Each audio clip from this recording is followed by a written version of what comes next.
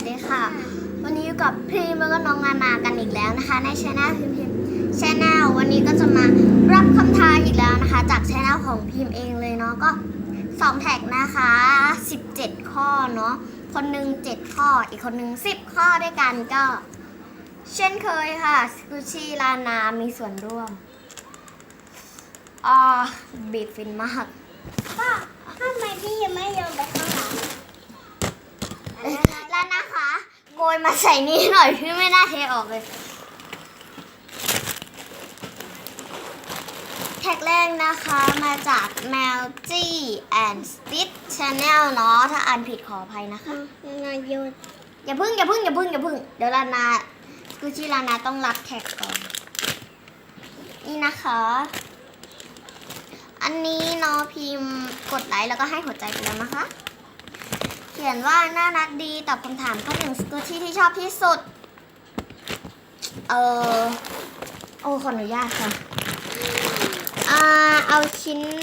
หนึ่งใช่ไหมชอบนะคะไม่ใช่ห่วงเนาะถ้าห่วงก็จะห่วงตัวนี้ชอบมากช่วงนี้ชอบตัวนี้เนาะเพราะว่าบีบมันมากนานามานั่งเลยแล้วค่ะน้องนานาได้ออกคลิปนะคะข้อที่2นะคะสกูชี่ที่เราไม่ชอบไม่มีนะคะแต่แล้วนะได้ออกคลิปทุกวันเลยข้อที่2นะคะสกูชี่ที่ไม่ชอบก็ไม่มีนะคะเพราะว่าถ้าเราไม่ชอบแล้วเราจะซื้อมาทำไมถูกไหมคะถูกค่ะข้อที่3นะคะสกูชี่ที่หอมที่สุดไอเซนฮูคิตตี้พิมพ์ไม่รู้มันหายไปไหนก็จะเปลี่ยนใช้ของน้องนานาแล้วกันเนาะเพราะว่ากลิ่นมันไม่รู้ว่าเป็นกลิ่นวานิลลาหรือว่ากลิ่นขนมปังอะแล้วก็มุกมันกลิ่นคุกกี้เป็นกลิ่นแรงมากตัวนี้ชื่อซาซาเนาะแต่ว่าพิมพ์เรียกมันว่าพิงกี้เพราะเป็นสีชมพูข้อที่4นะคะสกูชี่ที่เหม็นที่สุดมีอยู่นะชิ้นนี้กลิ่นมันไม่ได้เลยนะคะเป็นมาการองแฮนด์เมดเนาะ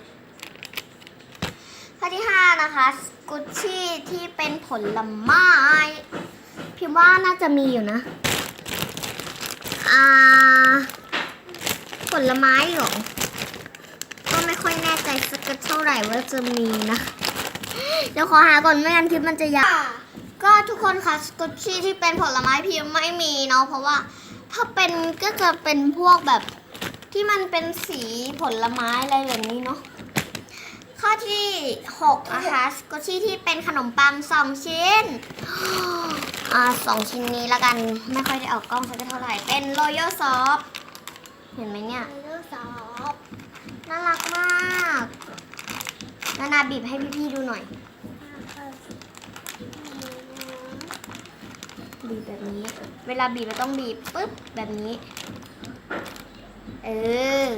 แล้วก็ชิ้นที่2ค่ะเป็นปังเผาที่เละมากข้อสุดท้ายนะคะข้อที่7นะคะสกูชี่ที่เป็นสีเขียว2ชิ้นด้วยกันเนาะรู้สึกว่ามีอยู่นะนี่แฮมเบอร์เกอร์นะคะถามว่าสีเขียวตรงไหนตรงผักค่ะชิ้นที่2เป็นอันไหนดีเลยอ่ะนี่อันนี้พิมพ์เรียกมันว่ามีเดียมบันเนาะต่อไปนะคะแท็กที่2เนาะหรือว่าแท็กสุดท้ายนะคะมาจากโมมี่ทีวีเนาะก็ทำให้แล้วนะคะกดหัวใจแล้วก็ไลค์เรียบร้อยเนาะโมมี่ทีวีนะคะรูปโปรไฟล์เป็นแบบนี้นะเขียนว่าขอรับสกูชี่แท็กได้ไหมคะรับด้วยนะคะไม่มีชื่อแท็กข้อที่1สกูชี่ที่ชอบบีบตัวนี้มากแล้วนาบีบให้พี่ๆดูหน่อยเดี๋ยวพิมพ์ให้ดูอีกชิ้นหนึ่งบีบนั่นเลยมี2ตัวนี้ด้วยนะเวลาพี่ฮิมไปบ้านนะพี่ฮิมก็ชอบบีบแบบนี้เลยค่ะแล้วก็มีแฮนด์เมดนะคะไม่ใช่โฮมเมดนะอันนี้แฮนด์เมดต่อไปนะคะข้อที่2นะคะสกูชี่ที่เพื่อนซื้อให้โอ้ยโดนมาร์ชเมลโล่อีกแล้วเพื่อนให้นะคะข้อที่3นะคะสกูชี่ที่อยากให้แอฟซี่แล้วนะอย่าเป่าแบบนี้ ตัวนี้ละกันเนาะเป็นออนเซนบันเพราะว่าแพ็กเกจมันน่ารักเนาะแล้วก็ตัวแท็กอันเนี้ยพิมพ์เขียนขึ้นเองอะแล้วก็ไม่รู้ว่าจะถูกหรือเปล่ามันคือคิดด้วยความพยายามของพิมพ์เนาะข้อที่ 4 นะคะสกูชี่ที่รักมากๆเอาห่วงเลยไหมอะแค่รักเหรอรักก็ตัวนี้นะกล้องโอเคซูมนิดนึงนอกจากรีวิวจะปุชี่ด้วยกันนะคะก็คอมเมนต์มาเลยค่ะ ใครชอบให้น้องอานามาออกคลิปแบบนี้ก็คอมเมนต์นะคะ แล้ว ช ก็ อบ กดติดตามแล้วก็กดกระดิ่งด้วยนะคะ ต่อไปข้อที่ 5 นะคะสกูชี่ที่อยากกินอะไรอ่ะนี่นะอยากกินไอติมเป็นไอติมถ้วยฟูเนาะเป็นเลิฟถ้วยฟูนะคะ ตัวนี้แบบว่าบีบแพ็กเกจยับตั้งแต่แรกๆที่ทำเลยเนาะเพราะมันบีบมันข้อที่ 6 นะคะสกูชี่ที่หวงเป็นอันนี้นะจุดไหมอ่ะโอ้ค่ะ ถ้าเพื่อนๆนานาเนี่ยมาเด็กๆก็ต้องจับฉลากกับนานาเหยียบจะปุชี่ด้วยกระทืบจะปุชี่ด้วย เงียบก่อน โอเคกล้องโฟกัสเรียบร้อยโอ้ยลานาเบาๆ เกิดช้า ต่อไปข้อที่โอ๊ยขอโทษค่ะ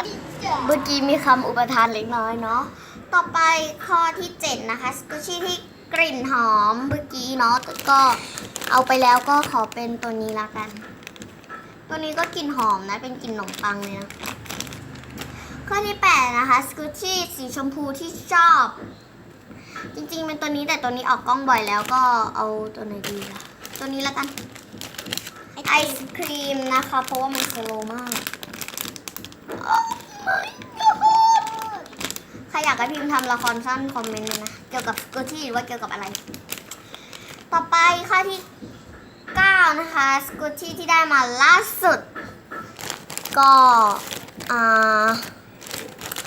นั่นนะคะมัชเมลโล่พี่ไปไหนล่ะ ๆมาจะมาแล้ว